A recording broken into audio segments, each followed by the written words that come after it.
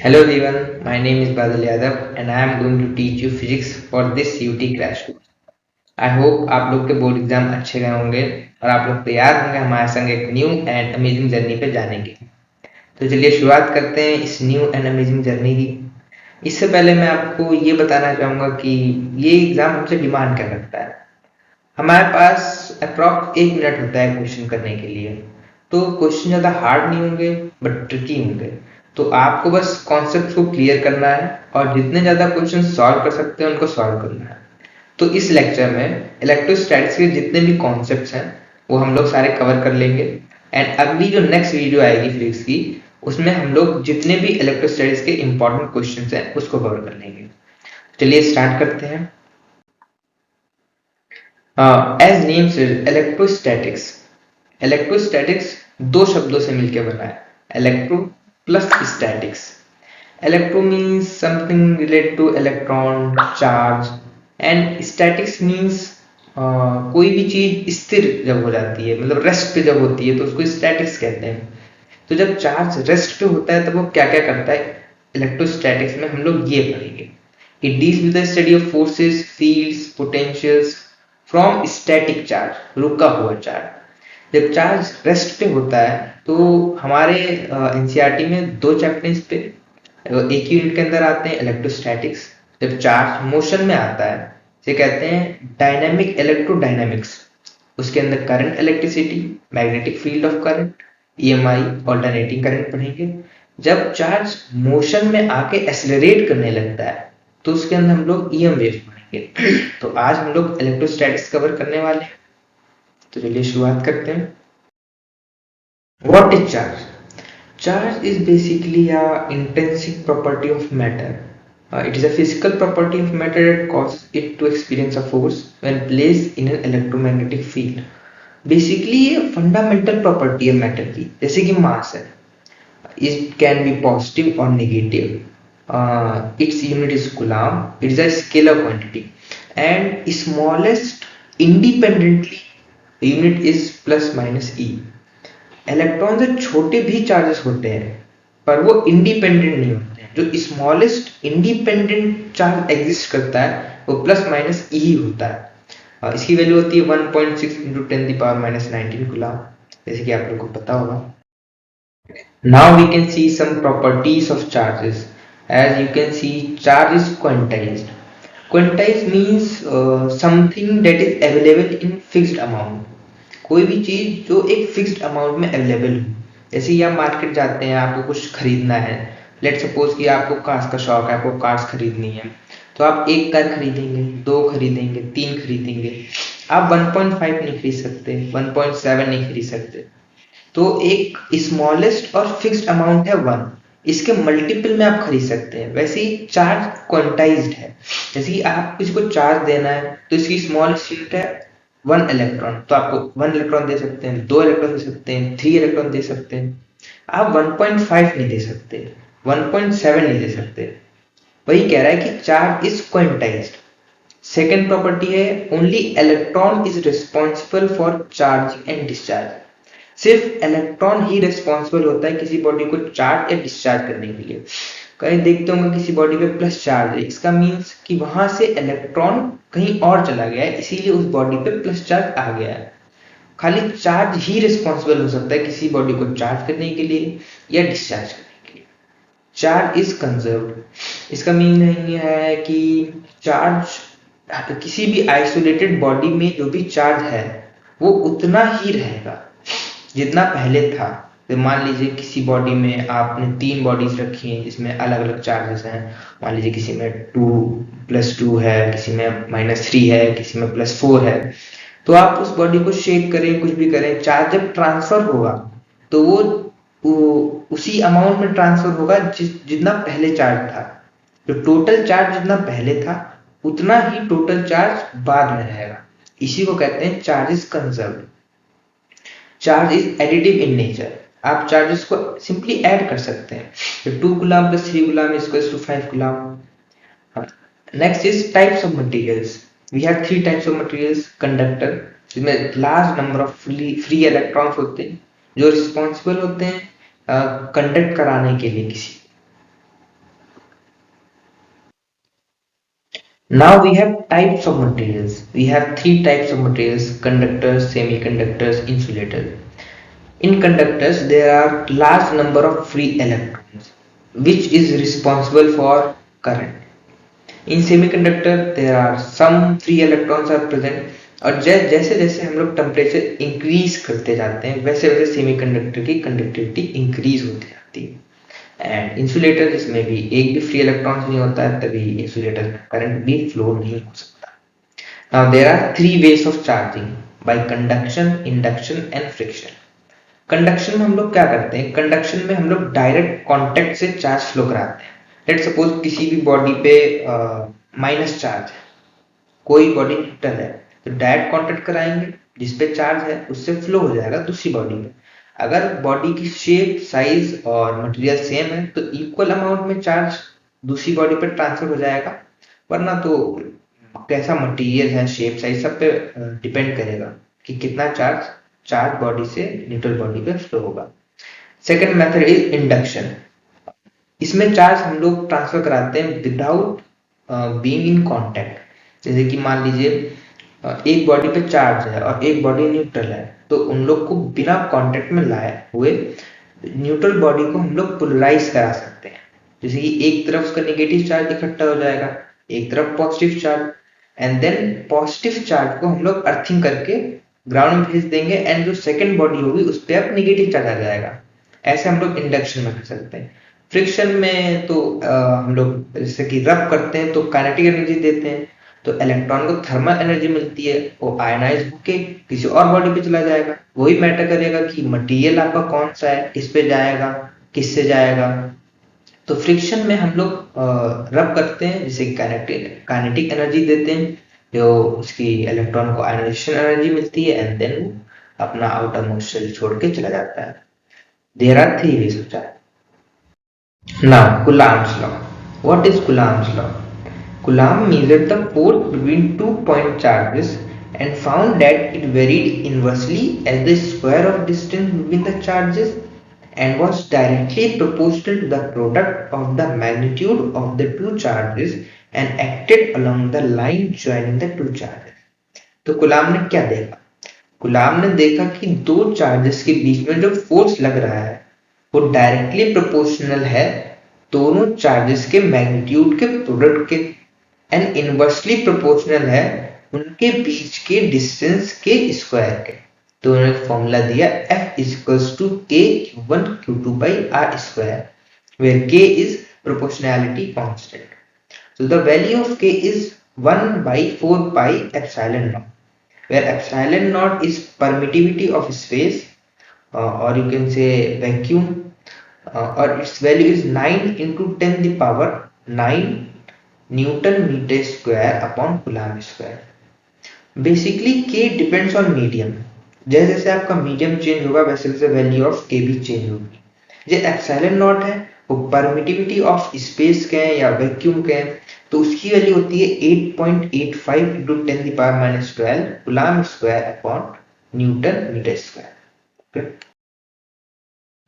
Now we can see some properties. Electrostatic force acts between two different charges. ये हमेशा दो different charges के बीच में लगता है। Magnitude of both the force is same. जो magnitude होता है दोनों force का, जैसे कि मान लीजिए Q1 जो Q2 पे force लगा रहा है और Q2 जो Q1 पे force लगा रहा है, उन दोनों का जो magnitude होगा वो same रहेगा, but direction opposite हो जाएगी। It is a action reaction pair.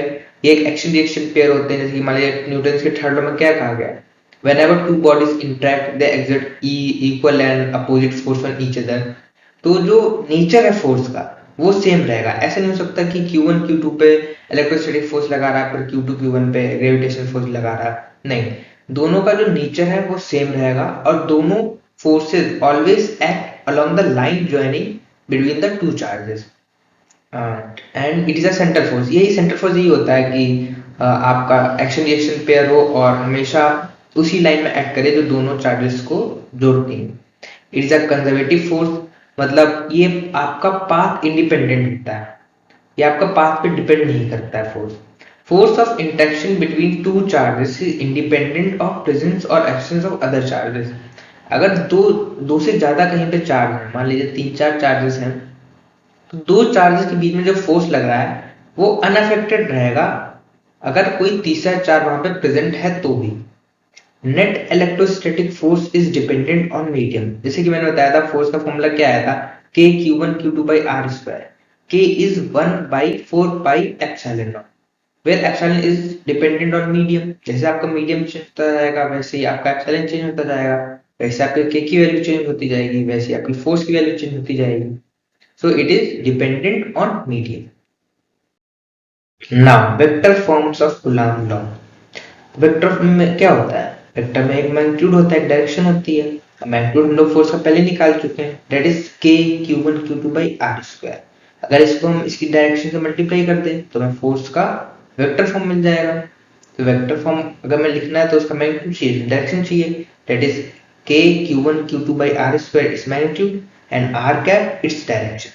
अगर आर कैप को हमें वेक्टर में लिखना है तो कैसे लिख सकते हैं, are vector r is equals to its magnitude and r cap, where r cap is equals to vector r upon its magnitude। अगर इसको इस प्लेस पे डाल दें तो क्या आ जाएगा, f21 का वेक्टर आ जाएगा k q1 q2 by r21 का क्यूब, क्योंकि एक मैग्नीट्यूड और आ गया नीचे, पहले स्क्वायर था अब एक और आ गया तो क्यूब हो गया, into r vector. Now relative permittivity. तो परमिटिविटी क्या होता है, एप्सिलॉन जिसे हम लोग परमिटिविटी ऑफ मीडियम कहते हैं, actually it's permits its own field, it decreases the interaction field between charges. वो अपने ही फील्ड को डिक्रीज करती है, इंटरेक्शन को डिक्रीज करती है, मींस फोर्स को डिक्रीज करती है। जैसे ही मान लीजिए आपका सबसे ज्यादा फोर्स कहाँ होगा, एयर में होगा, वैक्यूम में होगा। जैसे जैसे आप वाटर में आते हैं, ऑयल में आते हैं, आपका फोर्स डिक्रीज होता चला जाएगा। सो basically relative permittivity is the ratio of permittivity of medium by permittivity of air। तो यहाँ से permittivity of medium क्या आ गया, permittivity of air vacuum into permittivity of that is relative permittivity। तो how Coulomb's law get affected in a medium। K जो होता है फोर्स में, जो K होता है वो क्या होता है, आपका डिपेंडेंट होता है किस पे, मीडियम पे, मीडियम डिपेंडेंट होता है। उसकी वैल्यू क्या होती है, 1/4 पाई एप्सिलॉन। अगर आप मीडियम में आते हैं तो एप्सिलॉन ऑफ मीडियम, तो एप्सिलॉन ऑफ मीडियम क्या हो जाएगा, epsilon of air into relative permittivity. और एप्सिलॉन ऑफ एयर का अगर आप लेंगे तो 1/4 पाई एप्सिलॉन नॉट क्या होगा, के। तो के q1 q2 by are square, ये तो फोर्स है जो एयर में होगा। नीचे क्या बच गया, आपका epsilon of R that is relative permittivity. तो फोर्स किसी भी मीडियम में आप निकालेंगे तो क्या हो जाएगा, वही फोर्स एयर में, उसी सिस्टम का फोर्स जो एयर में लगेगा अपॉन रिलेटिव परमिटिविटी। तो आपका ओवरऑल जो मीडियम में फोर्स है वो क्या हो जाएगा, डिक्रीज हो जाएगा। Now electric field, what is electric field, force that a unit positive charge would experience if placed at that point। एक यूनिट पॉजिटिव चार्ज जो फोर्स एक्सपीरियंस करता है वैसे क्या होती है, इलेक्ट्रिक फील्ड। इलेक्ट्रिक फील्ड क्या है, वेक्टर क्वांटिटी, मतलब इसकी आपको मैग्नीट्यूड भी मिलेगी, डायरेक्शन भी मिलेगी। जैसे कि फोर्स का फॉर्मूला क्या था, के q1 q2 by are square. अगर आप पर यूनिट चार्ज फोर्स निकालना है तो एक q से q कैंसिल हो जाएगा, क्या बचेगा, के क्यू बाई आर स्क्वायर। यही क्या होती है, इलेक्ट्रिक फील्ड। जैसे कि इस चैप्टर में आपको डिफरेंट डिफरेंट बॉडीज मिलेंगी जिनके द्वारा किसी पॉइंट पे आपको इलेक्ट्रिक फील्ड निकालना, पर हमें तो एक पॉइंट से आती है। तो मान लीजिए पहला ये चार्ज रॉड है, इसके द्वारा इस पॉइंट पे इलेक्ट्रिक फील्ड निकालनी है। अब क्या करें, ये तो कॉन्टिन्यूस बॉडी है, तो हम लोग एक छोटी सी स्ट्रिप काट लेंगे। सपोज कर लेंगे इस पे जो चार्ज है वो डी क्यू है, तो इस चार्ज से इस पॉइंट पे तो निकाल सकते इलेक्ट्रिक फील्ड, क्या जाएगी, के D Q by x square. D Q इस स्ट्रिप और इस पॉइंट के बीच की जो लेंथ है वो x है, रॉड और इस पॉइंट के बीच की लेंथ a है और रॉड की लेंथ जो है वो l है। तो के D Q by x square इस पॉइंट की वजह से इलेक्ट्रिक फील्ड आ गई, इस चार्ज की वजह से इलेक्ट्रिक फील्ड आ गई इस पॉइंट पे। सो अब इसे हम इंटीग्रेट कर देंगे, कहाँ से कहाँ तक, a से a प्लस l तक। पर दिक्कत ये है कि नीचे एक्स स्क्वायर है और ऊपर डी क्यू है, दोनों अलग अलग वेरिएबल है, तो हम लोग क्या करें। तो यहाँ पे कॉन्सेप्ट आता है कॉन्टिन्यूस चार्ज डिस्ट्रीब्यूशन का। तो इस पे चार्ज यूनिफॉर्म डिस्ट्रीब्यूट है, तो मान लेंगे कि कोई लैम्डा है जो dq/dx है और ये कांस्टेंट है, ये सबके लिए सेम रहेगा। जैसे आपको इस पे जो चार्ज है वो यूनिफॉर्म है, तो आपको कितना भी ले सकते हैं, कितना भी चार्ज ले सकते हैं, पर यूनिट dx क्या रहेगा, सेम रहेगा। तो यहाँ से dq की आपको वैल्यू मिल जाएगी, कितनी आ जाएगी, लैम्डा dx। तो आपको यहाँ पुट कर देंगे लैम्डा dx एंड देन आप इंटीग्रेट करेंगे तो आपको क्या मिल जाएगा, आपको मिल जाएगा E equals to k lambda l upon a plus l। तो आपको सिर्फ ये फॉर्मूला ही याद रखना है। जैसे ही चार्ज रॉड का कहीं भी क्वेश्चन आता है तो आपको ये फॉर्मूला पता होना चाहिए, आप डायरेक्टली उसमें लगा सकते हैं। Now due to semicircular arc, semicircular arc के लिए क्या करेंगे, मान लीजिए आपको एक छोटा सा, आप इसमें कोई कट कर लीजिए, मान लीजिए लेंथ मैंने छोटी सी कट कर ली, मान लिया इस पे जो चार्ज है वो dq है और इसकी जो लेंथ है वो dx है। ओके, देन इससे इस dq चार्ज की वजह से यहाँ पे हम लोग क्या निकाल पाएंगे, इलेक्ट्रिक फील्ड निकाल पाएंगे। क्या आ जाएगी, k dq/r² sin थीटा। इसकी वजह से इधर इलेक्ट्रिक फील्ड बनेगी, इसकी वजह से इधर इलेक्ट्रिक फील्ड बनेगी एंड इस इलेक्ट्रिक फील्ड के दो कंपोनेंट होंगे, इधर आ जाएगा E cos थीटा, इधर जाएगा E sin थीटा, इसका भी आएगा E sin theta and E cos theta. Then E cos theta दोनों अपोजिट डायरेक्शन में कट जाएंगे एंड E sin थीटा आपका ऐड हो जाएगा। सो E sin थीटा आपको निकालना होगा, तो sin थीटा एंड E की वैल्यू क्या आ गई, k dq/ लेंथ कितनी है r, k dq/r²। तो आपको इसको एक ये हाफ एरिया से बनेगा, एक इधर वाले हाफ एरिया से बनेगा। तो आप इधर 0 से पाई तक भी इंटीग्रेट कर सकते हैं या बाहर 2 लिख के 0 से π/2 तक भी इंटीग्रेट कर सकते हैं। पर यहाँ पे भी दिक्कत वही है, आपका साइन थीटा अलग है और dq अलग है। आप क्या कर सकते हैं, तो आपको dq को चेंज करना है। dq क्या आ जाएगा, dq आ जाएगा लैम्डा dx एंड dx की वैल्यू क्या आ जाएगी, dx की वैल्यू आ जाएगी आप r d theta. Then dx की वैल्यू आप इधर पुट करेंगे तो dq की वैल्यू बन जाएगी लैम्डा r d थीटा, उसको इधर पुट करेंगे तो आपका लैम्डा कांस्टेंट है, r कांस्टेंट है, k कांस्टेंट है, वो बाहर आ जाएगा। आपका साइन थीटा को इंटीग्रेट करना होगा d थीटा के रिस्पेक्ट में, वो आप कर सकते हैं। उसका इंटीग्रेशन आएगा माइनस कॉस थीटा 0 से π/2 तक एंड अगर आप इसको सॉल्व करेंगे तो इसकी वैल्यू मिल जाएगी E equals to 2k π/r। आपको फिर से ये वैल्यू याद रखनी है, जैसे भी क्वेश्चन आता है सेमी सर्कुलर आर्क का आपको डायरेक्ट ये वैल्यू पुट कर देनी है सीधे। एंड सर्कुलर रिंग में क्या होगा आपका, कुछ नहीं, इसकी तो 0 आ जाएगी कि चारों तरफ फोर्स क्या है, सेम है, सबको एक दूसरे को कट कर देंगे। या आप ऊपर वाले तरीके से भी समझ सकते हैं, इसकी जो नेट इलेक्ट्रिक फील्ड आई थी वो किस डायरेक्शन में आई थी, डाउनवर्ड साइड। अगर आप इसको बीच से कट कर देते हैं तो ऊपर वाला जो एरिया बनेगा उसकी नेट इलेक्ट्रिक फील्ड किधर आएगी, डाउनवर्ड साइड, और नीचे वाला जो बनेगा उसकी नेट इलेक्ट्रिक फील्ड किधर आएगी, अपवर्ड साइड। दोनों एक दूसरे को कैंसिल कर देंगे क्योंकि E क्या है, इलेक्ट्रिक फील्ड क्या है, वेक्टर क्वांटिटी, डायरेक्शन भी होती है इसमें, एक दूसरे को कैंसिल आउट कर देंगी तो नेट जो इलेक्ट्रिक फील्ड आएगी वो क्या आ जाएगी, 0 हो जाएगी। वैसे फोर्स ही नेट जो 0 है, जब फोर्स 0 है तो पर यूनिट चार्ज में कोई कॉन्सेप्ट ही नहीं है, तो आपकी नेट इलेक्ट्रिक फील्ड भी 0 आ जाएगी। And now electric field lines. What is electric field lines?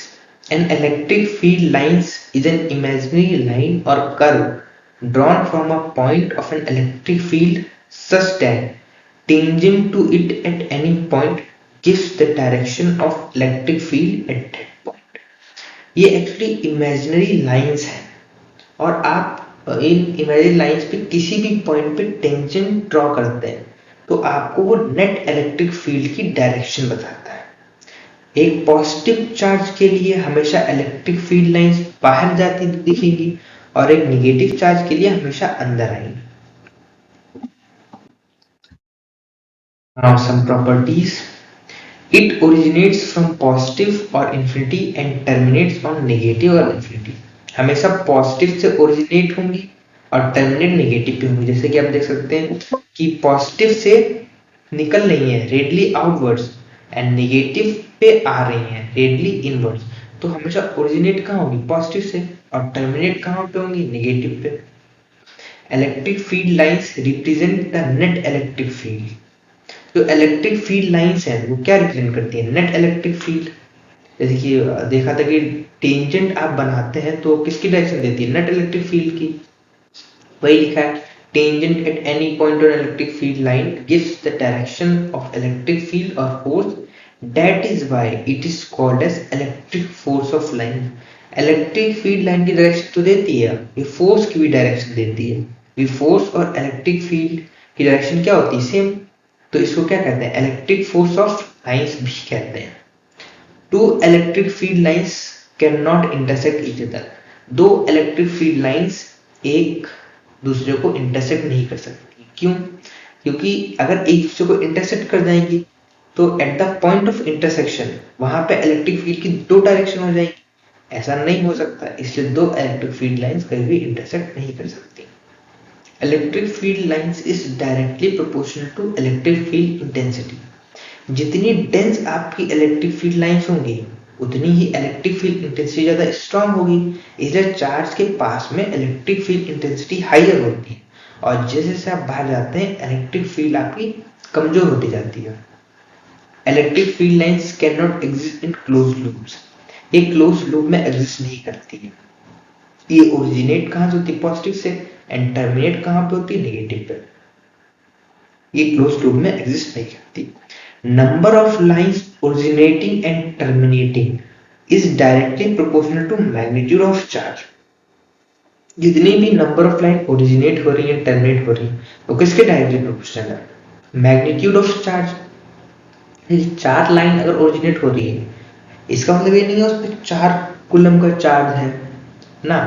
जैसे कि अगर 1 से 4 निकल रही है लाइन, 1 से 8 निकल रही है, तो जिससे 8 निकल रही है वो दुगना मैग्नीट्यूड को रिप्रेजेंट करता है जिससे 4 निकल रही है। इट डायरेक्टली प्रोपोर्शनल है। Now electrostatic potential energy. What is electrostatic potential energy? It is the amount of work done in forming a system of charges by bringing them at their particular positions from infinity without any acceleration। ये चीज याद रखना, without any acceleration, acceleration नहीं होना चाहिए। And against the electrostatic force, it is a scalar quantity, it can be zero, positive और negative. Electrostatic potential energy एक scalar quantity है, वो जीरो भी हो सकती है, नेगेटिव भी हो सकती है, एंड पॉजिटिव भी हो सकती है। अगली आपके पास मान लीजिए 2 चार्ज है, तो फर्स्ट चार्ज को आप इन्फिनिटी से उठा के लाए, आपने कहीं रख दिया, आपको कोई पकड़ नहीं लगेगा। पर जब आप सेकंड चार्ज लाएंगे तो जो फर्स्ट चार्ज वहां पे रखा है वो उसको रिपेल करेगा, या फिर अगर आप सेम चार्ज लाएंगे तो रिपेल करेगा। तो अगर रिपेल करेगा तो इलेक्ट्रोस्टैटिक फोर्स के अपोजिट आपको वर्क करना पड़ेगा, कुछ एक्सटर्नल फोर्स लगाना पड़ेगा एक कॉन्फ़िगरेशन बनाने के लिए। मान लीजिए कि मुझे ये r डिस्टेंस पे Q2 रखना है, तो मैं क्या करूंगा, इसको इन्फिनिटी से उठा के लाऊंगा, पर ये तो रिपेल करेगा इसे, तो मुझे इसके इलेक्ट्रोस्टैटिक फोर्स के अगेंस्ट काम करना पड़ेगा। वही क्या कहलाता है, हमारा इलेक्ट्रोस्टैटिक पोटेंशियल एनर्जी। पर जब हम इन्फिनिटी से लाते हैं, क्योंकि हम अज्यूम करते हैं electrostatic potential energy at infinity क्या है, zero, because potential energy define नहीं है, change in potential energy is defined. U final minus U initial जब लिखते हैं तो change in potential energy defined है, सिर्फ पोटेंशियल एनर्जी नहीं डिफाइन कर सकते। तो हम लोग अज्यूम करते हैं कि इन्फिनिटी पे जो कि हमारा इनिशियल पॉइंट है वहां पे पोटेंशियल एनर्जी क्या है, जीरो, तो U इनिशियल जीरो हो गया, तो U फाइनल डायरेक्ट आ गया, तो वही हम लोग लिख देते हैं फिर सिंपल पोटेंशियल एनर्जी। इसीलिए हम लोग इन्फिनिटी से लाते हैं। सो अगर हम लोग थोड़ा सा काम करें dW, तो क्या होता है, work equals to force in dot displacement, तो F डॉट dx। पर F एक्सटर्नल अपोजिट है किसके, F इलेक्ट्रिक के, इसलिए F एक्सटर्नल की जगह पे हम लोग लिख देंगे F इलेक्ट्रिक। और F इलेक्ट्रिक हमें पता है क्या है, electrostatic k q1 q2 by x square. अब इसको इंटीग्रेट कर लेंगे, कहां से, इन्फिनिटी से लाए कहां तक, r तक, तो इसको इंटीग्रेट कर लेंगे तो हमारा आ जाएगा वर्क। तो वर्क आ गया के Q1 Q2 बाई आर, ये हमारा आ गया वर्क एक्सटर्नल। और जैसे कि बताया था चेंज इन पोटेंशियल डिफाइन होता है, तो फाइनल क्या है पोजीशन आर पे और इनिशियल क्या थी इन्फिनिटी पे।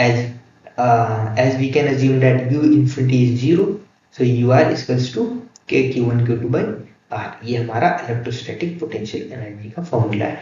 आपको सिंपली ये याद रखना है, कहीं भी इलेक्ट्रोस्टैटिक पोटेंशियल एनर्जी आए तो आपको एक फॉर्मूला लगाना है।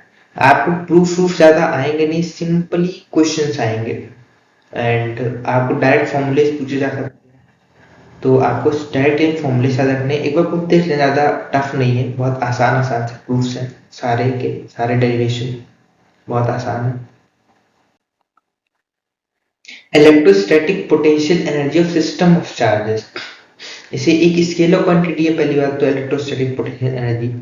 The potential energy between two charges is independent of the presence of third charge. अगर आपके 3-4 चार्जेस प्रेजेंट हैं तो दो चार्ज के बीच में जो पोटेंशियल एनर्जी लगेगी वो तीसरे चार्ज से इंडिपेंडेंट होगी, वो आपका उन दो के बीच का पोटेंशियल एनर्जी को अफेक्ट नहीं करेगा। The net potential energy is the sum of potential energy associated with all pairs of the system. By principle of superposition हम लोग डायरेक्ट लिख सकते हैं कि इन दो के मतलब जितने भी पेयर्स बन सकते हैं उन सबकी पोटेंशियल एनर्जीज को ऐड कर दें तो potential energy of the system आ जाएगी। इसकी फॉर एग्जांपल ले लीजिए, यहाँ पे 3 चार्जेस हैं Q1 Q2 and Q3। Then कितने पेयर्स बन सकते हैं इन तीन से, एक Q1 Q2 का बन जाएगा, एक Q1 Q3 का एंड Q2 Q3 का, 3 पेयर्स बन सकते हैं। इन तीनों की सिस्टम की एनर्जी ऐड कर देंगे तो क्या आ जाएगा आपकी टोटल एनर्जी। या आप ऐसे समझे कि 3 चार्जेस थे आपके पास और आपको ये कॉन्फ़िगरेशन बनाना है, तो आप इन्फिनिटी से Q1 लेके आए, कोई आपको वर्क नहीं करना पड़ा, पर जब आप Q2 लेके आए तो आपको वर्क करना पड़ेगा क्योंकि ये चार्ज इसको रिपेल करेगा। अब वर्क करेंगे तो कितना वर्क करेंगे, k Q1 Q2 by R12। फिर जब आप Q2 Q3 लेके आए तो आपको और वर्क करना पड़ेगा क्योंकि जब आप Q2 ला रहे थे तो सिर्फ Q1 रिपेल कर रहा था, पर आप जब Q3 ला रहे हैं तो आपको Q1 रिपेल कर रहा है एज वेल एज आपको Q2 भी रिपेल कर रहा है। तो आपको कितना वर्क करना पड़ेगा, एक Q1 की वजह से वर्क करना पड़ेगा कितना, k Q1 Q3 by R13।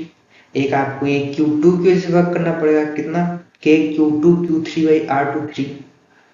तो आपका यही टोटल वर्क डन है और यही आपकी क्या हो जाएगी potential energy, because u infinity तो 0 होता है। एंड इफ मान लीजिए कि Q1 Q2 Q3 तीनों बराबर थे Q and R12 R13 R23 A अगर हो जाता है तो सिस्टम की पोटेंशियल एनर्जी कितनी आ जाएगी, KQ square by A plus KQ square by A plus KQ square by A, जो क्या जाएगी आपकी 3KQ स्क्वायर बाई A। और ये आप निकाल सकते हैं कि कितने पेयर्स बनेंगे, एक कॉम्बिनेशन से निकाल सकते हैं, जैसे कि पेयर 2 का बनता है और यहाँ पे कितने थे टोटल 3, तो 3C2 कितना आता है 3, तो 3 पेयर्स बनेंगे। तो आप इसे कॉम्बिनेशन से भी आसान से निकाल सकते हैं। ना electrostatic potential, okay, it is basically potential energy per unit test charge. तो पोटेंशियल एनर्जी क्या थी हमारी, k Q1 Q2 by R। अगर पर यूनिट टेस्ट चार्ज लेते हैं तो क्या जाएगा पोटेंशियल हमारा k Q बाई R। ये आपका पोटेंशियल का फॉर्मूला है, आपको इसको याद रखना है। और it is a scalar quantity and is denoted by V। Potential due to system of charges, the potential at point P due to V1 is unaffected by the presence of any other charges. इसमें भी वही है कि दो charge के बीच की potential तीसरे charge से इंडिपेंडेंट हो। By the superposition principle the potential V at P due to the total charge configuration is the algebraic sum of the potentials due to individual charges. That is V is equals to V1 plus V2 plus V3 plus Vn. Now, potential always decreases in the direction of field. जैसे कि आप मान लीजिए इसका formula क्या होता है k Q by R। जैसे इलेक्ट्रिक फील्ड डायरेक्शन में जाएंगे आपका डिस्टेंस बढ़ेगा, के क्यू बाई पहले 1 है, फिर 2 हो गया, 3 हो गया, 4 हो गया, तो आपका क्या होता जाएगा, ऑलवेज डिक्रीज होता जाएगा पोटेंशियल इलेक्ट्रिक फील्ड की डायरेक्शन में। ये कुछ फॉर्मूले आपको याद रखने चाहिए, इंपॉर्टेंट है। Delta U equals to work external is equals to work conservative, that is electrostatic force, work done by electrostatic force. Delta U equals to Q delta V. Delta U equals to minus integration of F dot dr, and delta V equals to minus integration of E dot dr. Okay. Now equipotential surfaces, जैसे नाम से ही समझ में आ रहा है equipotential मतलब सबका potential बराबर होगा। Locus of all the points having equal potential is called equipotential surfaces. Potential difference between any two points on equipotential surface is zero.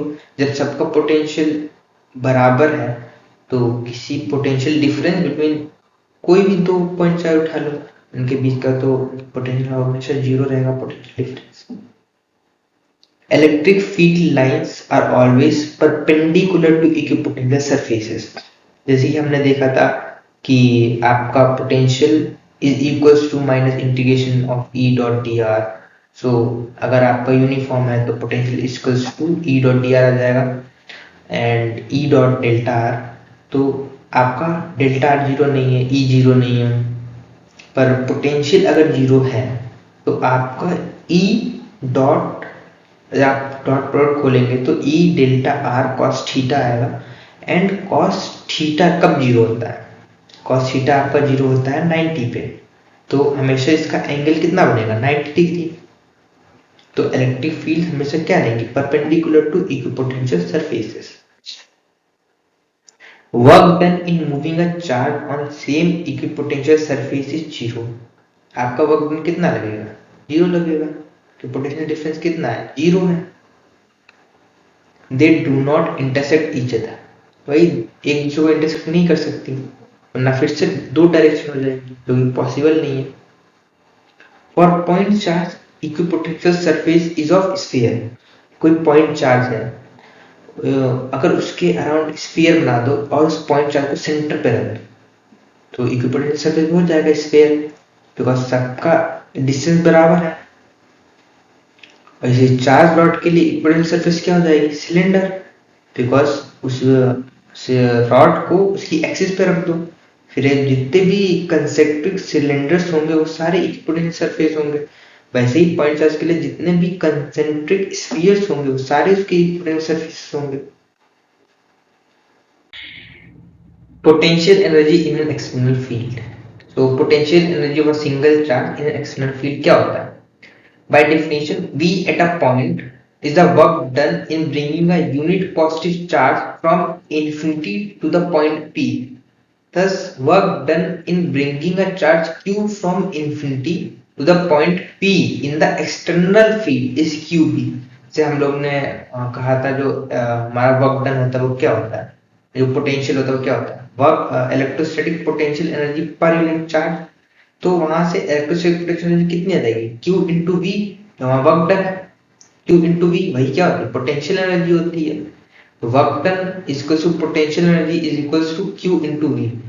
वही आपका एक सिंगल चार्ज का क्या होता है, पोटेंशियल एनर्जी, मतलब जो आप काम करते हैं वर्क करते हैं वही आपका पोटेंशियल एनर्जी के रूप में स्टोर हो जाता है। तो कितना काम किया आपने, Q into V in an external field, ये याद रखिएगा, इन एन एक्सटर्नल फील्ड। अगर आपका सिस्टम ऑफ चार्ज, मान लीजिए दो चार्ज है आपके पास, तो आपका एक पहले चार्ज का अपना पोटेंशियल होगा, पोटेंशियल एनर्जी होगी Q1V, सेकेंड चार्ज की अपनी होगी Q2V। एंड अगर आपका पहला चार्ज आपने लाके रख दिया, अब आप सेकेंड चार्ज ला रहे हैं तो पहला चार्ज को रिपेल करेगा, तो आपको इलेक्ट्रोस्टैटिक फोर्स के अगेंस्ट वर्क करना पड़ेगा उसको लाने के लिए। वो कितना करना पड़ेगा, K Q1 Q2 by R, क्योंकि हम लोगों ने पहले ही निकाला था। तो आपका जो टोटल पोटेंशियल एनर्जी आएगा वो क्या आ जाएगा, total work done in assembling the configuration कितना हो जाएगा, Q1V plus Q2V plus K Q1 Q2 by R। Electric dipole, what is electric dipole, combination of two charges placed at some distance and of opposite nature and same magnitude. It is simply a combination of two charges जिनका magnitude same है, nature opposite है, मतलब एक plus की होगा एक minus की होगा, वो कुछ डिस्टेंस से सेपरेटेड है और उनका मैग्नीट्यूड क्या है, सेम है। ये भी एक वेक्टर क्वांटिटी है, इसकी डायरेक्शन क्या होती है, negative to positive charge. Okay, और डाइपोल मोमेंट क्या होता है, Q इंटू टू है, मतलब मैग्नीट्यूड ऑफ द चार्ज, दोनों चार्ज का मैग्नीट्यूड सेम है, तो मैग्नीट्यूड इनटू इनके बीच का जो डिस्टेंस होता है। Okay, electric field and potential on axis of dipole. तो हम लोग एक्सिस ऑफ डाइपोल पे इलेक्ट्रिक फील्ड भी निकालेंगे और पोटेंशियल भी निकालेंगे। इलेक्ट्रिक फील्ड आपकी वेक्टर क्वांटिटी है एंड पोटेंशियल आपकी स्केलर क्वांटिटी है। ओके, मान लीजिए ये आपका इलेक्ट्रिक डाइपोल है एंड पर मिनट, ये आपका इलेक्ट्रिक डाइपोल है और आपको इस पॉइंट P पे इलेक्ट्रिक फील्ड लेना है। तो प्लस क्यू चार्ज इसको रिपेल करेगा एंड माइनस क्यू चार्ज इसको अट्रैक्ट करेगा। ये आपका सेंटर है, यहाँ से आपकी डिस्टेंस r डिस्टेंस दूर पे ये पॉइंट है। तो ओके, आप इसको वेक्टोरियली सम कर दीजिए दोनों इलेक्ट्रिक फील्ड का, तो आपको नेट इलेक्ट्रिक फील्ड मिल जाएगी। तो प्लस क्यू से इसका कितना डिस्टेंस है, r माइनस ए, माइनस क्यू से r प्लस ए। जब आप इसको ऐड करेंगे दोनों को, यहाँ पे सब्ट्रैक्ट होगा क्योंकि ये दोनों अपोजिट डायरेक्शन। 1 मिनट कर देता हूँ, यहाँ पे माइनस होगा, माइनस करेंगे तो जब आप इसका एलसीएम लेके स्क्वायर खोलेंगे तो आपको मिलेगा KQ 4AR upon R square minus A square का होल स्क्वायर, एंड देन आपका ये Q इंटू 2A क्या बन जाएगा, dipole moment P, and R square is, मतलब R is very greater than A, तो R square is also greater than A, so we can neglect A square with respect to R square. So if we neglect A square, what it comes, R square का square, that is R की power 4, and एक एक R cut जाएगा तो क्या आ जाएगा आपका अपॉन में R क्यूब, एंड आपका इधर से Q इंटू 2A क्या आ गया, डाइपोल मोमेंट। तो आपकी नेट इलेक्ट्रिक फील्ड क्या आ गई, 2K into dipole moment upon R cube. अगर आप इसका पोटेंशियल निकालेंगे तो क्या आएगा, दोनों का पोटेंशियल ऐड कर दीजिए आप, बट पोटेंशियल में आप, पोटेंशियल एक स्केलर क्वांटिटी है, तो पोटेंशियल में जो आप चार्जेस के साइन होंगे वो उनके साथ ही रखें। मान लीजिए कि आपका आया था KQ बाई R, इसका फॉर्मूला आया था, प्लस क्यू के लिए निकालेंगे तो आ जाएगा KQ by distance R minus A, plus minus Q के लिए निकालेंगे तो K into minus Q upon R plus. जब इसका एलसीएम लेके आप सॉल्व करेंगे तो आप पोटेंशियल मिलेगा KP by R square, where P is dipole moment. Electric field and potential on the perpendicular bisector of a dipole. ये बार में हुआ of a dipole. So perpendicular bisector पे हमें इलेक्ट्रिक फील्ड भी निकालनी है और पोटेंशियल भी निकालना है। तो फर्स्ट पोटेंशियल बात कर लेते हैं। पोटेंशियल अगर आप यहाँ पे निकालेंगे तो आपका आ जाएगा KQ, डिस्टेंस क्या आ जाएगी, root a square plus r square, plus K into minus q, distance क्या हो जाएगी same, that is root a square plus r square. दोनों एक दूसरे को कैंसिल आउट कर देंगे और हमारा क्या आ जाएगा, जीरो। पोटेंशियल जीरो आ गया, मतलब ये आपका क्या बन गया, इक्विपोटेंशियल सरफेस, मतलब डाइपोल के वो जो इंटरसेक्ट करे प्लेन और उसके परपेंडिकुलर, तो आपका कैसा हो जाएगा, इक्विपोटेंशियल सरफेस हो जाएगा। और अगर आपको ई नेट निकालना है तो कैसे निकालेंगे, जैसे कि मान लीजिए आपको यहाँ पे इस पॉइंट पे P पॉइंट पे इलेक्ट्रिक फील्ड चाहिए, तो इसकी वजह से इलेक्ट्रिक फील्ड के ऊपर जाएगी और इसको ये अट्रैक्ट करेगा तो ये नीचे तरफ आएगी। तो अगर ये थीटा है, ये थीटा है, ये थीटा है, और तो ये भी थीटा होगा, तो इसके दो कंपोनेंट बनेंगे, E sine theta E cos theta, इसके E cos theta and E sine theta, E sine theta E sine theta cancel हो जाएंगे और आपको E cos theta plus E cos theta same direction में दोनों ऐड हो जाएंगे, तो जो ई नेट आएगा वो आ जाएगा आपका 2 ई कॉस थीटा, और ई क्या है, इलेक्ट्रिक फील्ड, दैट इज के क्यू बाई आर स्क्वायर, और आर क्या है आपका root a square by are square, तो इलेक्ट्रिक फील्ड क्या आ गई, k q by a square plus r square. Cos theta क्या जाएगा, cos theta is base is r into hypotenuse is root a square plus r square, तो आपकी net electric field क्या आ गई, 2kq into a upon a square plus r square power 3/2, and a square is very less than r square, so we can neglect a square with respect to r square, तो आप formula क्या हो जाएगा, and q into 2a क्या बन जाएगा, dipole moment, तो हमारा फॉर्मूला क्या आ जाएगा, k into dipole moment upon r। अगर आप देखें तो जो हमारी इलेक्ट्रिक फील्ड है, इलेक्ट्रिक फील्ड डायरेक्शन क्या है, ये डायरेक्शन है इस साइड माइनस एक्स में, और जो हमारी डायपोल मोमेंट डायरेक्शन वो किस डायरेक्शन जाता है, माइनस क्यू से प्लस क्यू की तरफ, तो वो पॉजिटिव एक्स की डायरेक्शन में, मतलब दोनों की डायरेक्शन क्या है, अपोजिट, हम लोग एक माइनस साइन लगा देंगे जो शो करता है कि इन दोनों की डायरेक्शन क्या है, opposite. Okay, torque on a dipole in a uniform electric field, तो टॉर्क भी हमारी वेक्टर क्वांटिटी है, तो उसकी डायरेक्शन देखनी पड़ेगी, torque about every point will be same, if a body is free to rotate then it will rotate about an axis passing through center of mass, so तो uniform electric field है उसमें आपने एक dipole रख दिया, तो plus Q पे जो फोर्स लगेगा वो in the direction of electric field लगेगा, माइनस क्यू पे opposite the direction of electric field, तो आपका ये जो टॉर्क है ये वेक्टर क्वांटिटी है, तो आपको देखना पड़ेगा दोनों टॉर्क की डायरेक्शन क्या है, जो प्लस क्यू पे टॉर्क है वो उसकी डायरेक्शन आपकी क्लॉकवाइज है, ये उसको ऐसे घुमा रहा है इस डायरेक्शन से, एंड माइनस क्यू पे भी इस डायरेक्शन में घुमा रहा है, दैट इज क्लॉकवाइज, मतलब दोनों टॉर्क की जो डायरेक्शन है वो सेम है, तो हम लोग तो सिंपली ऐड कर सकते हैं, टॉर्क होता है क्या, टॉर्क होता है r cross F, the r into F into sine theta,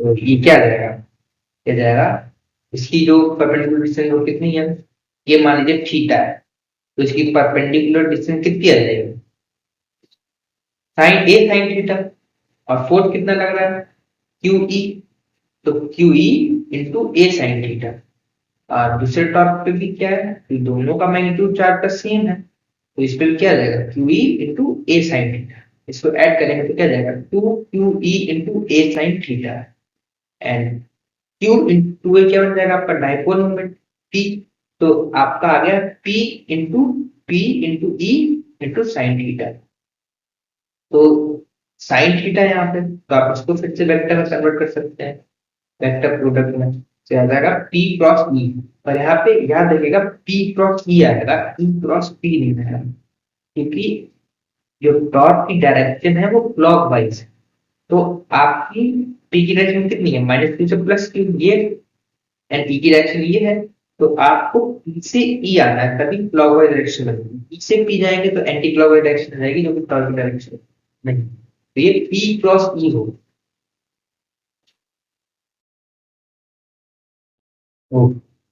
potential energy of a dipole in uniform electric field, potential energy निकालेंगे, तो पोटेंशियल मैंने पहले बताया पोटेंशियल एनर्जी नहीं, लोग क्या निकालते हैं, चेंज इन पोटेंशियल, मान लीजिए कोई डाइपोल है, इनिशियली ऐसे रखा था, तो इसको ऐसे कर दिया, पहले इसका थीटा बना रहा था इलेक्ट्रिक फील्ड के साथ, अब थीटा 2 बना, तो डेल्टा यू क्या होता है, minus work of electrostatic force, that is conservative force, and delta U equals to U final minus U initial equals to minus work क्या हो जाएगा, tau dot d theta, tau पे निकाला हमने पहले निकाला, पिछले पे स्लाइड पे निकाला T E sine theta D theta, और ये डॉट प्रोडक्ट है क्योंकि टाउ और डी थीटा के बीच में कितना एंगल बन रहा है, तो टाउ कि आप देखें तो किधर बन रहा है, देखिए तो ये प्लस क्यू है, ये माइनस क्यू, ये इसको किधर घुमाएगा, क्लॉकवाइज डायरेक्शन। और डी थीटा आपका जा रहा है एंटी क्लॉकवाइज डायरेक्शन, तो इनके बीच में थीटा कितना बन रहा है 180 डिग्री का। देन ये माइनस साइन बाहर आ जाएगा, माइनस माइनस कट जाएंगे और आपको क्या जाएगा u theta 2 that is final minus u theta 1 that is initial is equals to minus pe sin theta का इंटीग्रेशन कर देंगे आप d थीटा के एक्सपेरिमेंट में तो क्या जाएगा cos theta 2 minus cos theta 1। और हम लोग अज्यूम कर लेंगे जो u90 है 90 डिग्री पे जो पोटेंशियल ये वो कितनी है 0, ये हमारा एजेंस है। इसे हम लोग थीटा 2 को 90 रख देंगे और थीटा 1 को थीटा रख देंगे। हमारा क्या जाएगा u90 minus p theta equals to minus p cos 90 minus cos theta. तो u थीटा की वैल्यू यहाँ से क्या आ गई, तो हमने अज्यूम किया u90 0 है तो ये चला गया, cos 90 क्या आता है 0 तो ये चला गया, तो बचा क्या है हमारे पास बचा है u theta equals to minus p E cos थीटा। cos थीटा यहाँ पे तो ये क्या जाएगा डॉट प्रोडक्ट में कन्वर्ट हो जाएगा, तो u theta equals to minus p dot, because p भी एक वेक्टर है और q भी एक वेक्टर है। Now area vector, area is a vector, its direction is always perpendicular to the surface. For closed surface it is always outwards to the surface and for open surface it can be either side of the surface. Area एक vector है क्योंकि हम लोग इसे scale exam treat करते हैं क्योंकि direction होती है वो हमेशा कैसे होती है परपेंडिकुलर टू सरफेस ऑलवेज, इसीलिए हम लोग इसको स्केलर की तरह ट्रीट करते हैं, पर ये एक एरिया वेक्टर है। Electric flux, what is electric flux? It gives us the idea of energy crossing an area, or we can say it is a count of number of lines crossing per area। क्या है मतलब एक idea देता है कि किसी भी area से कितनी एनर्जी क्रॉस कर रही है, और you can say count of number of lines crossing per area. It electric flux, it is denoted by phi and its formula is integration of E dot dA, where A is area and E is electric field. Its unit is Newton meter square upon Coulomb. If electric field is constant, then phi is equals to E dot S.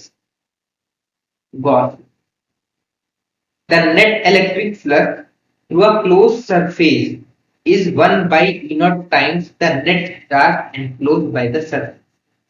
तो Gauss law simply क्या कहता है, Gauss law कहता है जो आपका electric flux है वो किसके बराबर है 1 by E naught टाइम्स उस सरफेस के अंदर जितना भी चार्ज है उसके बराबर। इसे कुछ एप्लीकेशन देखते हैं अच्छे से। देखिए इलेक्ट्रिक फील्ड इसी की वजह से हम लोग निकाल सकते हैं एप्लीकेशन ऑफ गॉस लॉ। इससे हम लोग इलेक्ट्रिक फील्ड निकालते हैं वेरियस कॉन्टिन्यूअस बॉडीज की। लेट्स सपोज कि हम लोग को ये हॉलो फाइनाइट वायर या सिलेंडर कह सकते हैं, इसकी इलेक्ट्रिक फील्ड निकालना। तो गॉस लॉ क्या कहता है इलेक्ट्रिक फ्लक्स जो होगा मतलब E डॉट A इसका बराबर होगा Q inside by epsilon not. पर अगर इसके इनसाइड इलेक्ट्रिक फील्ड निकालना तो वो कितनी आएगी 0, बिकॉज इसके इनसाइड तो कोई चार्ज है ही नहीं, इसके चार्ज कहाँ है इसकी चार्ज सरफेस पे है। अगर इसके आउटसाइड निकालनी तो हम लोग क्या करेंगे एक गॉसियन सरफेस बनाएंगे। सिलेंडर का गॉसियन सरफेस क्या होगा एक सिलेंडर ही होगा, इसका गॉसियन सरफेस क्या होगा एक सिलेंडर ही होगा। तो गॉस लॉ के हिसाब से E dot A is equals to Q inside by E naught, where E is electric field, इसको मैं निकालना। एरिया क्या होगा लेट सपोज जो बाहर हम लोग गॉसियन सरफेस बनाएंगे उस सिलेंडर की जो लेंथ होगी वो L है लेट सपोज, देन उसका एरिया कितना जाएगा 2 पाई RL, और इसके अंदर कितना चार्ज रहता है वही हम लोग कंटीन्यूअस चार्ज डिस्ट्रीब्यूशन वाला कॉन्सेप्ट यूज करेंगे। Lambda equals to Q by L, तो Q वहां से कितना जाएगा Q inside lambda into L, क्योंकि सिर्फ जितना बड़ा सिलेंडर होगा जितनी लेंथ सिलेंडर की होगी उतना ही चार्ज उसके अंदर आएगा। Q लैम्डा इनटू L क्या हो जाएगा Q इनसाइड अपॉन एप्सिलॉन। यहाँ से इलेक्ट्रिक फील्ड की कितनी value, 2k lambda by epsilon. Electric field की वैल्यू आएगी lambda by 2 pi r epsilon naught. 2 से ऊपर नीचे मल्टीप्लाई करेंगे तो नीचे हो जाएगा 4 pi epsilon not that is के, तो 2k lambda by epsilon not. आपको सिंपली ये वैल्यू याद रखनी है।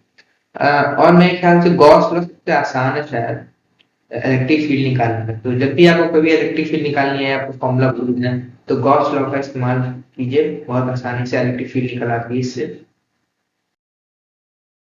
मान लीजिए कि हमें ये सॉलिड सिलिंड्रिकल वायर की इलेक्ट्रिक फील्ड निकालनी है। इसमें तो चार पूरा फील्ड है, मतलब इसके इनसाइड इलेक्ट्रिक फील्ड निकलेगी और आउटसाइड। पर सही हम लोग चार्ज कंटिन्यूअस चार्ज डिस्ट्रीब्यूशन का कॉन्सेप्ट यूज करते थे, लैम्डा यूज करते थे लेंथ के लिए, सिग्मा यूज करते थे एरिया के लिए, तो हम लोग रो यूज करेंगे वॉल्यूम के लिए।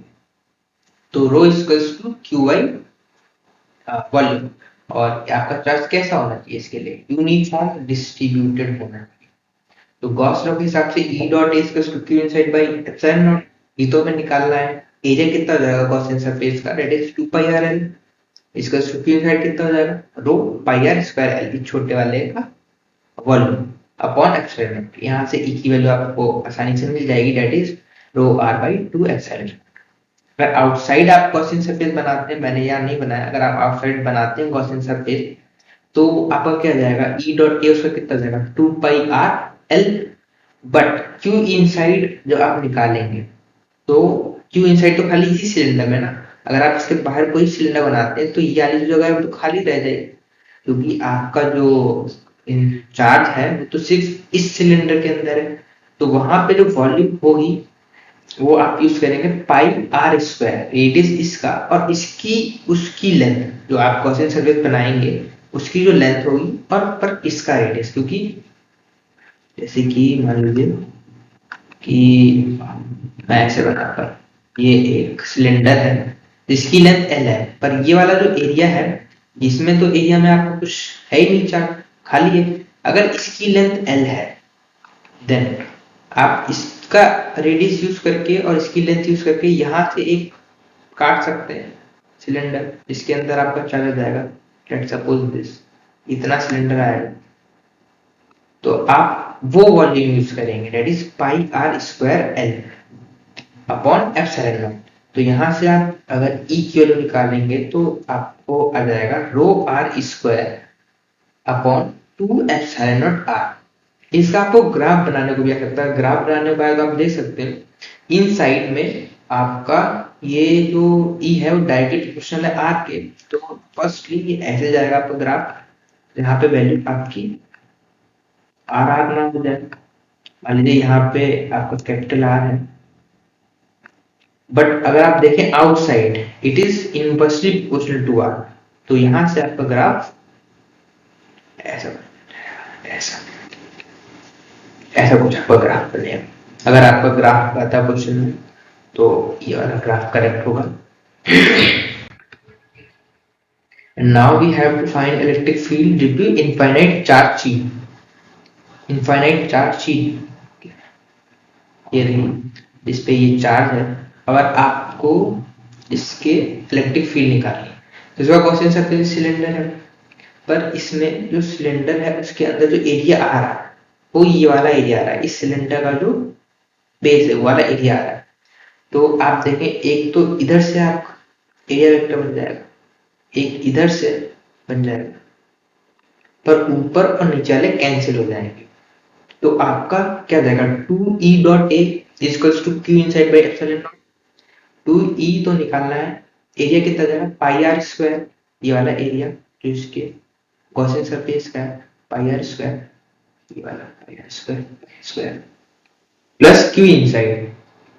यहाँ पे एरिया तो हमने सिग्मा यूज किया, सिग्मा हम लोग एरिया क्या यूज करेंगे, ये वाला एरिया है जिसके अंदर चार्ज है, that is pi are square.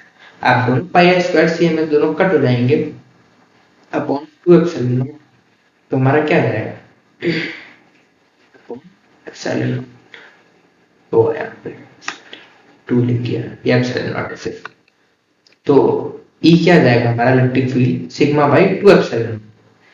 वैसे अगर हमें हॉलो नॉन कंडक्टिंग या hollow conducting solid conducting sphere के लिए निकालना है तो इनसाइड हम लोग निकालेंगे तो इनसाइड में चार्ज नहीं है तो इलेक्ट्रिक फील्ड जीरो आनी है। आउटसाइड में निकालेंगे तो ई डॉट ए, बाहर आप अगर एक स्फीयर बनाते हैं जिसका गॉसियन सरफेस होगा उसका एरिया लेंगे pi are square equals to Q, जो टोटल चार्ज, क्योंकि उसके अंदर टोटल चार्ज आ जाएगा, वो क्या होगा, टोटल चार्ज इसी का चार्ज होगा क्यू अपॉन एप्सिलॉन। तो इसका क्या आ गया electric field q by 4 pi 700 by are square, इसको हम लोग कह सकते हैं k q by are square simply.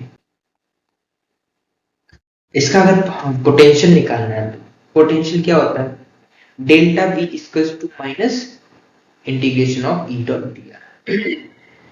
अब इन्फिनिटी से ला रहे हैं और जहाँ अब कहीं जिस पॉइंट पे भी आउटसाइड कोई पॉइंट वहां तक ला रहा है तो V o minus V infinity, V infinity तो जीरो हो जाएगा तो वी ओ बचेगा इधर। इधर ई क्या होता है k q by square, r square को जब आप इंटीग्रेट करेंगे विद रिस्पेक्ट टू आर तो आएगा -1/r, माइनस माइनस कट जाएगा तो 1/r पे आप लिमिट लगाएंगे इंफिनिटी टू आर, 1/इंफिनिटी जीरो तो क्या बचेगा 1/r, तो आपका क्या आ जाएगा k q by r, V naught ही आएगा के क्यू बाई आर। पर inside delta V equals to E dot t r and inside E zero, तो डेल्टा वी जीरो मतलब डिफरेंस इज जीरो, मतलब पोटेंशियल क्या हो जाएगा कांस्टेंट, मतलब इनसाइड जो पोटेंशियल है, जो सरफेस पे पोटेंशियल है और जो सेंटर पे पोटेंशियल वो क्या आ जाएगा k q by r. Now we calculate for solid non conducting sphere. इसके अंदर का अगर हमें इलेक्ट्रिक फील्ड निकालनी है सबसे पहले आउटसाइड निकालनी है तो आउटसाइड का सेम रहेगा कि पूरा अगर आउटसाइड आप एक गॉसियन सरफेस बनाते हैं तो उसके अंदर टोटल चार्ज इसी का चार्ज आ जाएगा तो E dot pi are square equals to Q by E naught, then E equals to Q by 4 pi are square. चलेगा पर अब इनसाइड निकालते हैं, पर उसके इनसाइड तो इलेक्ट्रिक फील्ड जीरो हो गई थी, कोई चार्ज ही नहीं था, पर यहाँ तो चार्ज है अंदर भी, तो इसका अगर अंदर आप गॉसियन सरफेस बनाते हैं तो उसका एरिया तो 4 पाई आर स्क्वायर हो और उसके अंदर जो आपका चार्ज होगा वो कितना होगा rho into pi R cube 4/3 pi R cube upon epsilon not, then E equals to rho R by 3 SN. अगर इसका ग्राफ बनाने को तो आप देख सकते हैं ये भी डायरेक्टली प्रोपोर्शनल टू आर है and outside I think inversely proportional था, ऐसे ओके। अगर पोटेंशियल निकालना है तो पोटेंशियल कैसे निकालेंगे, तो पोटेंशियल वही फॉर्मूला यूज करेंगे हम लोग delta V equals to minus integration of E dot D R and then V infinity zero V nought, then V nought equals to Q by 4 pi epsilon not by R, same आ जाएगा। पर inside निकालना तो कैसे निकालना मान लो surface से inside जा रहा है तो V I minus V S equals to electric field क्या आई थी हमारी, ये आई थी रो, अगर आप रो को खोल देंगे तो कुछ ये रो क्या आ जाएगा, रो को खोलेंगे तो आ जाएगा आपका k q r dot D r upon r q, इसको आप इंटीग्रेट करेंगे q r is constant q is constant k is constant, r को इंटीग्रेट करेंगे डी आर के रिस्पेक्ट में तो आपका क्या जाएगा r square by 2 minus r square by 2, because हमारा फाइनल पॉइंट आर है small r and initial point capital r and potential at surface कितना था के क्यू बाई आर, वो आप उधर भेज देंगे तो आपको वी ऑफ इनसाइड मिल जाएगा जो कि आएगा k q by 2 r into bracket में 3 minus r square upon r square. इसको भी देख सकते हैं आप, ये r square minus r square के प्रोपोर्शनल है, मतलब पोटेंशियल डिक्रीज होता है। ओके कंडक्टर्स, ये कुछ चीजें कंडक्टर्स के बारे में जो आपको याद रखनी है। All electrons are free to move with surface boundary and when we place a neutral conductor in external field then charge arranges themselves in such a way at the E net inside the conductor will become zero because रखते external electric field में time उसके अंदर एक net electric field induce हो जाती है जो कि अपोजिट डायरेक्शन में होती है, एक जो कैंसिल कर देती है, एंड नेट सॉरी इंड्यूस जो इलेक्ट्रिक फील्ड होती है वो इक्वल होती है एक्सटर्नल फील्ड के, एक दूसरे को वो लोग कैंसिल आउट कर देते हैं, and then net electric field हमारी इसके बराबर जाती है 0। Conducting material acting as an equipotential surface, simple सी बात है। Electric field lines terminates and originates perpendicular to the surface. Equipotential surface region है तो परपेंडिकुलर ही फील्ड लाइन निकलेंगी। If a charge is given to a neutral conductor, then all the charge resides to its outer surface. अंदर तो कोई charge reside कर ही नहीं सकता, नेट इलेक्ट्रिक फील्ड 0 है, तो सारा चार्ज कहाँ पैदा होता है? सरफेस पे। Surface charge density sigma on the outer surface is inversely proportional to the radius of the curvature. Electrostatic potential is constant throughout the volume of the conductor and has the same value as inside on its surface. जैसे कि हम लोग पीछे drive किया था, because अंदर electric field 0 है तो पोटेंशियल डिफरेंस 0 होगा, तो पोटेंशियल कांस्टेंट हो जाएगा। Electric field at the surface of charge conductor वो होती है सिग्मा वाई एप्सिलॉन नॉट। तो ई डॉट डी है, वैसे हम लोग ने गॉस लॉ से निकाला, ई डॉट डी एस जो Q inside by epsilon not. Q inside क्या जाएगा? एक छोटा सा एरिया जिसमें हम लोग देख रहे हैं, तो उसका क्या जाएगा क्यू इनसाइड? डी क्यू हो जाएगा आपका sigma by D A, and D A D A cancel out हो जाएंगे, तो ई की वैल्यू क्या जाएगी? Sigma by epsilon. Electrostatic shielding, जैसे कि किसी भी whatever with the charge and field configuration outside any cavity in a conductor remains shielded from outside electric influence. The field inside the cavity is always 0. This is known as electrostatic shielding. तो कोई भी conductor के अंदर electric field 0 होती है, तो हम लोग इस फेनोमेना को यूज करते हैं किसी को भी इलेक्ट्रोस्टैटिक मतलब किसी भी सेंसिटिव इंस्ट्रूमेंट्स को इलेक्ट्रिकल इन्फ्लुएंस से बचाने के लिए। The effect can be made use in protecting sensitive instruments from outside electrical influence. जैसे कि एक क्वेश्चन मैं लिया है यहाँ पे, What happens if outer surface is grounded? मान लीजिए दो सरफेस है, कंसेंट्रिक सर्कल्स हैं, एक A है एक B है। A पे चार्ज प्लस Q है एंड B पे चार्ज प्लस 2Q है, एंड हम लोग ने B को ग्राउंड कर दिया है, तो क्या होगा? पोटेंशियल A पे कितना होगा? कि ये कंडक्टर है तो मतलब अंदर कोई चार्ज होगा नहीं, तो ये वाला चार्ज कहाँ रिसाइड करेगा?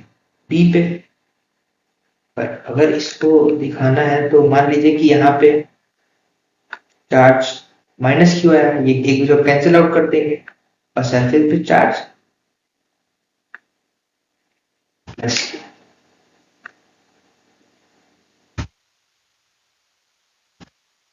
ओके, तो सरफेस पे कितना हो गया? प्लस 3Q कह सकते हैं, और आप ग्राउंड करेंगे तो सरफेस का चार्ज सारा चला जाएगा, तो जितना भी ग्राउंडेड हुआ है वो कितना हो जाएगा? पूरा 3Q हो जाएगा। डायरेक्ट भी आप कह सकते हैं, पर आपको निकालना था तो निकाल सकते हैं। BA पोटेंशियल एट A निकाल सकते हैं, कितना आएगा? KQ बाई A, इसकी वजह से plus K minus Q by B, इसकी वजह से, एंड बाहर टोटल सरफेस में कितना चार्ज है? Plus 3, then K 3Q by B। ऐसे पोटेंशियल एट B निकाल सकते हैं, 3Q की वजह से माइनस Q की वजह से Q की वजह से। अगर आउटर सरफेस ग्राउंड कर रहा है मतलब पोटेंशियल एट B 0 हो जाएगा तुम्हारा। पोटेंशियल एट B है क्या? जो पोटेंशियल भी है इसको 0 कर देंगे, तो ये एक दूसरे को कैंसिल आउट कर देंगे, बचा क्या? मान लीजिए कि X चार्ज ग्राउंड हुआ था, 3Q माइनस X K, तो उस पर चार्ज जो बचा था वो बचा था K 3Q minus X by V। अगर वो 0 है तो V 0 नहीं हो सकता, K 0 नहीं हो सकता, तो 3KQ माइनस X 0 होगा। तो यहाँ से X की वैल्यू कितनी आ गई? 3Q, मतलब जितना भी चार्ज था सब ग्राउंड हो गया। Okay, now capacitors. Capacitor is a device which can give instantaneous energy. ये एक डिवाइस होता है जो आपको इंस्टेंटेनियस एनर्जी प्रोवाइड करता है, मतलब किसी चीज को आपको स्टार्ट करना है तो एकदम इंस्टेंटली एनर्जी चाहिए होती है, तो वो प्रोवाइड करता है। फैंस में लगा होता है, जनरली कैपेसिटर देखा होगा, सिलेंडर शेप का। Capacitance is capacity to hold the charge per unit voltage is called capacitance. its SI unit is farad, it is a scalar quantity, its formula is C is equals to Q by V. The constant C is called capacitance of the capacitor.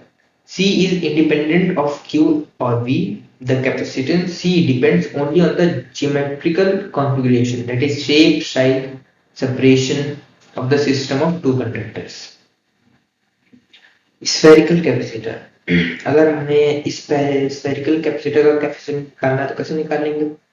मान लीजिए V बाहर वाले को ground कर दिया तो V potential at V तो zero हो गया, तो पोटेंशियल जो आएगा वो किसकी वजह से आएगा? Potential at A. Potential at A पे हमने निकाल लिया किसकी वजह से आएगा? एक प्लस क्यू चार्ज की वजह से, एक या माइनस क्यू चार्ज की वजह से। तो पोटेंशियल एट ए तो आपका इतना आ गया, और कैपेसिटेंस क्या होता है? Q by V। तो Q अपॉन जब V रखेंगे तो Q से Q कैंसिल आउट हो जाएगा, तो आपका जो कैपेसिटेंस है वो इतना आ जाएगा। बस आपको फॉर्मूला ही याद है। पैरेलल प्लेट कैपेसिटर, ये कैपेसिटर इंपॉर्टेंट है। And C equals to Q by V, and V को हम लोग कह सकते हैं E डॉट R लिखते थे, यहाँ सेपरेशन D है तो E डॉट D लिखेंगे। और हम लोग ने पैरेलल प्लेट का वो निकाला था इलेक्ट्रिक फील्ड, क्या आई थी? Sigma by 2 epsilon naught. तो यहाँ पे टू प्लेट्स हैं, दोनों का ऐड हो जाएगा तो इलेक्ट्रिक फील्ड कितनी आ जाएगी?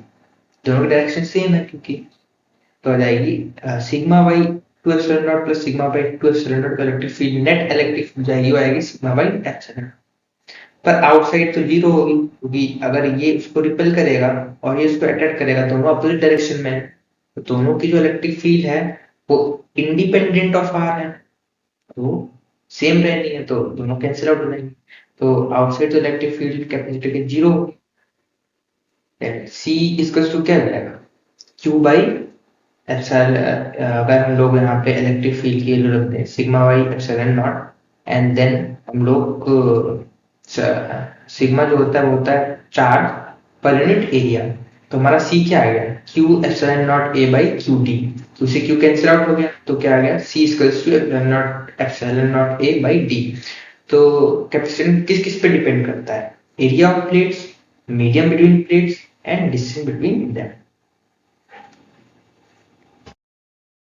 Energy stored in a capacitor, let's suppose कि at time t charge zero था तो पोटेंशियल जीरो था, देन किसी भी टाइम t पे उस पे चार्ज स्मॉल q आ गया, एंड तो उसकी वजह से पोटेंशियल कितना आएगा? Q by C। तो जो वर्क डन है वो क्या आ जाएगा? छोटा सा चार्ज, छोटा सा वर्क इक्वल छोटा सा चार्ज इनटू उसका पोटेंशियल डिफरेंस, देन जो कि हो जाएगा TQ into Q by C। इसको इंटीग्रेट कर देंगे और यही वर्क एक्सटेंड क्या होगा? हमारी पोटेंशियल एनर्जी। और इनिशियल तो चार्ज कुछ था ही नहीं, तो इनिशियल जो पोटेंशियल एनर्जी थी वो तो जीरो थी, तो यू फाइनली हमारी जो होगी पोटेंशियल एनर्जी वही होगी जो कि वर्क एक्सटर्नल के इक्वल होगी, और उसका इंटीग्रेशन करने पे क्या आ जाएगा? हमारा आ जाएगा Q स्क्वायर बाई 2C। अगर इसी Q को चेंज कर दें तो हमारा क्या मिल जाएगा? Q को चेंज करने से हाफ CV स्क्वायर, अगर C को चेंज कर दें तो हमारा क्या मिल जाएगा? Half QV। ये तीनों इक्विवेलेंट फॉर्मूले हैं जो कि आपको तीनों याद रखने हैं। Now energy density. Energy density is energy per unit volume. तो U का फॉर्मूला क्या आता है? Q square by 2C। तो Q क्या होता है? Q होता है हमारा sigma equals to Q by A होता है, तो Q क्या हो जाएगा? A इंटू सिग्मा, तो A इंटू सिग्मा का होल स्क्वायर अपॉन 2, और C का हम लोग कैपेसिटेंस पहले निकाल चुके A epsilon not by D। So अगर आप इसको सॉल्व करेंगे तो आ जाएगा U equals to half epsilon naught E square into AD। Area into distance between them में क्या हो जाएगा? वॉल्यूम। अगर आप इसको इस साइड भेज देते हैं तो ये आ जाएगा आपका potential energy per unit volume, वो क्या हो जाएगी? एनर्जी डेंसिटी, वो किसके बराबर आ जाएगी? Half epsilon not into E square. तो ये फॉर्मूला इंपॉर्टेंट है, आप इसको भी याद रखें। कॉम्बिनेशन ऑफ कैपेसिटर्स, जैसा रेजिस्टर्स में कॉम्बिनेशन करते थे ये उसके अपोजिट है। ऐसे रेजिस्टर्स का पैरेलल आता था, इसमें ऐसा सीरीज आएगा, इसमें उसमें इसका सीरीज जैसा आता था इसमें तो पैरेलल आएगा, तो अपोजिट हो गया। पर आपको ध्यान रखना है सीरीज में क्या होता है? चार्ज क्यू कांस्टेंट रहता है, तो मान लीजिए C1 है आपका Q बाई V1, C2 है Q बाई V2, डेट डैश आपके n लगे हैं तो Cn हो जाएगा Q बाई Vn। तो अगर C इफेक्टिव निकालना है तो आपको Q बाई V इफेक्टिव निकालना पड़ा, and V effective is V1 plus V2 plus that dash plus Vn। तो यहाँ से आप ये इसका फॉर्मूला निकाल सकते हैं। आपको बस ये फॉर्मूला याद रखना है, यही इंपॉर्टेंट है, ये फॉर्मूला याद रखिएगा।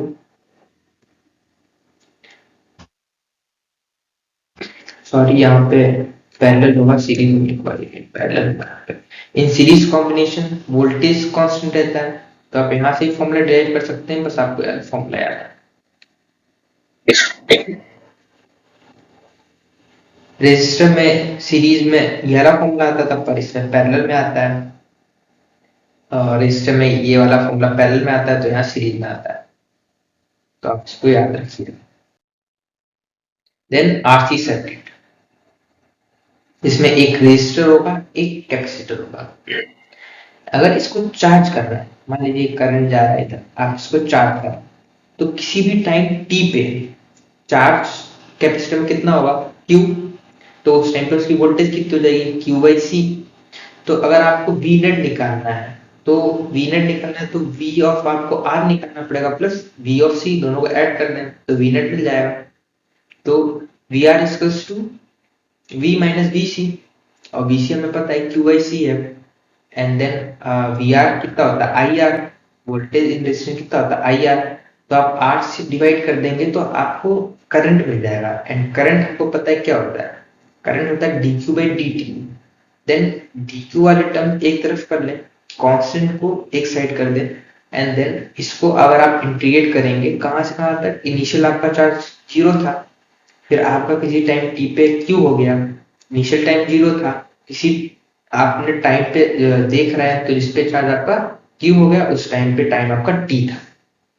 इसको इंटीग्रेट करेंगे तो आपको ये मिलेगा, उसके बाद इसको सॉल्व करेंगे तो आपको जो चार्ज है वो मिलेगा q equals to q naught 1 minus e की पावर, एक्चुअली आपको ये मिलेगा q equals to cv 1 minus e की power minus t by rc। rc को हम एक कांस्टेंट से रिप्रेजेंट कर देते हैं, लेकिन tau, that is time constant, and cv equals to q naught your final charge, total charge c into v, because your c is equals to q by v, then q is equals to cv, it is total charge। Short trick याद रखिएगा, time t इसका जो 0 है उस time q 0 होगा, तो आपका capacitor कैसा बिहेव करेगा, लाइक अ प्लेन वायर। पर एट टाइम इंफिनिटी जब सारा चार्ज आपका नेट चार्ज जितना भी चार्ज था वो सारा कैपेसिटर पे आ गया, तो आपका कैपेसिटर कैसा बिहेव करेगा, एज अ ओपन सर्किट। तो आप इसको याद रखें।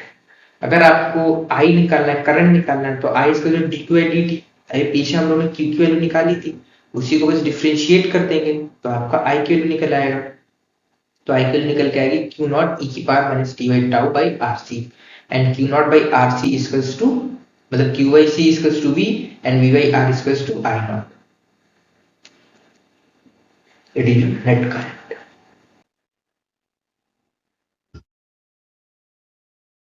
अगर आपका सिस्टम डिस्चार्ज कर रहा है तो क्या होगा, तो अब तो कोई बैटरी नहीं है, तो एट टाइम टी आपका जितना भी सारा चार्ज था कहाँ पे, कैपेसिटर पे, आप डिस्चार्ज कर रहा है। तो मान लीजिए एट टाइम टी पे थोड़ा सा जो चार्ज डिस्चार्ज होगा उस पे चार्ज बचेगा क्यू, तो वहां पे आपका पोटेंशियल हो जाएगा q by c, v r का पोटेंशियल हो जाएगा आई इंटू आर, और ये दोनों क्या हो जाएंगे, इक्वल, इनका जो डिफरेंस वो 0 होना चाहिए, तो ये इक्वल हो जाएंगे। तो इसका है क्यू बाई सी, इसका है आई आर, तो आई होता है D Q by D T, तो वहां से आप इंटीग्रेट करके एक क्यू का इक्वेशन तुम्हें निकाल सकते हैं। क्यू इक्वल्स टू आपका आ जाएगा क्यू नॉट बाई ई की power minus t by r c, where tau equals to r t, that is time constant. वैसे ही आई निकल जाएगा, क्यू हम लोग ने निकाल लिया है तो क्यू को डिफरेंशिएट करना है, बट याद रखिएगा यहाँ पे I equals to minus D Q by D T होगा, क्योंकि यहाँ पे कोई बैटरी नहीं है, यहाँ पे हमारा सिस्टम डिस्चार्ज कर रहा है, चार्ज डिक्रीज हो रहा है। तो I equal to minus D by D T हो जाएगा। फोर्स बिटवीन चार्जेस वो पता है, F equal to Q into E होता है,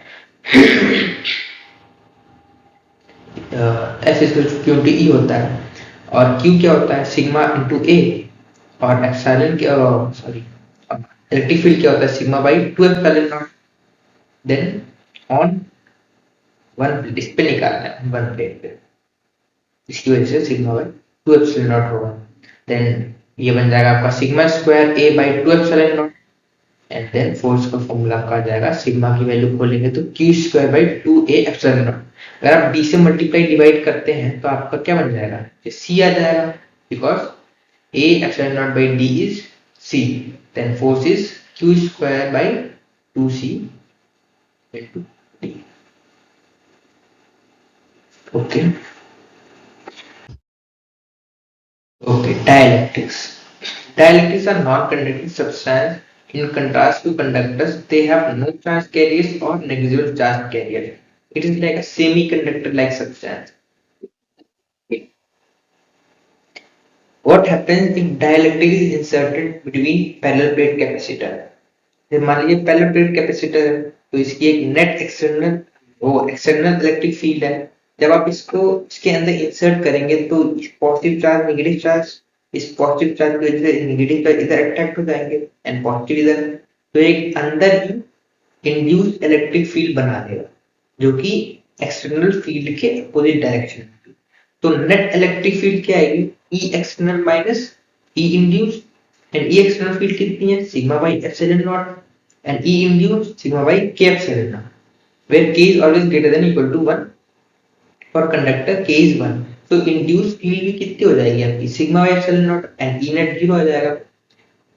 Now a dielectric constant k, it is a factor by which electric force is reduced when a dielectric is inserted। मतलब ये एक फैक्टर है जो आपको बताता है कितने फैक्टर से आपका इलेक्ट्रिक फोर्स रिड्यूस हो गया है। आपका फोर्स रिड्यूस होगा तो आपका इलेक्ट्रिक फील्ड रिड्यूस हो जाएगी।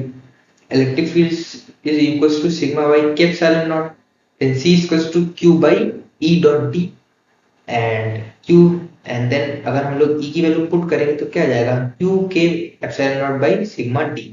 c की वैल्यू आ गई आपकी k a epsilon naught by d, मतलब आपका कैपेसिटेंस इंक्रीज हो गया है, capacity to hold charge per unit voltage आपका इंक्रीज हो गया है। The product E naught K is called permittivity of the medium and is denoted by epsilon. Epsilon is equals to epsilon naught K, the dimensional ratio K is equals to epsilon by epsilon not is called the dielectric constant of the substance. Okay, so there are advantages of dielectrics. It acts as a supporting system between plates. Because capacitors ये plate जो आपको दूर दिखने ज्यादा दूर नहीं होती, पास पास होती, तो डाइलेक्ट्रिक डालने से एक सपोर्टिंग सिस्टम की टाइप से बिहेव करता है। सेकंड आपका एडवांटेज होता है आपका कैपेसिटेंस इंक्रीज हो जाता है, and third is some of the materials have higher dielectric strength than the air. तो यहाँ पे कुछ एडवांटेजेस थे। इसी के साथ आपका इलेक्ट्रोस्टैटिक्स यहाँ पे खत्म होता है। जितने भी कॉन्सेप्ट है वो सारे कवर कर लिए हैं। अब अगली वीडियो में हम लोग कवर करेंगे इसके जितने भी मेन क्वेश्चन जो आ सकते हैं, जो इम्पोर्टेंट है छोटे छोटे क्वेश्चन, वो कवर कर लेंगे। अगर आपको वीडियो हेल्पफुल लगा हो, अच्छा लगा हो तो शेयर करें, सब्सक्राइब करें, लाइक करें। Thank you.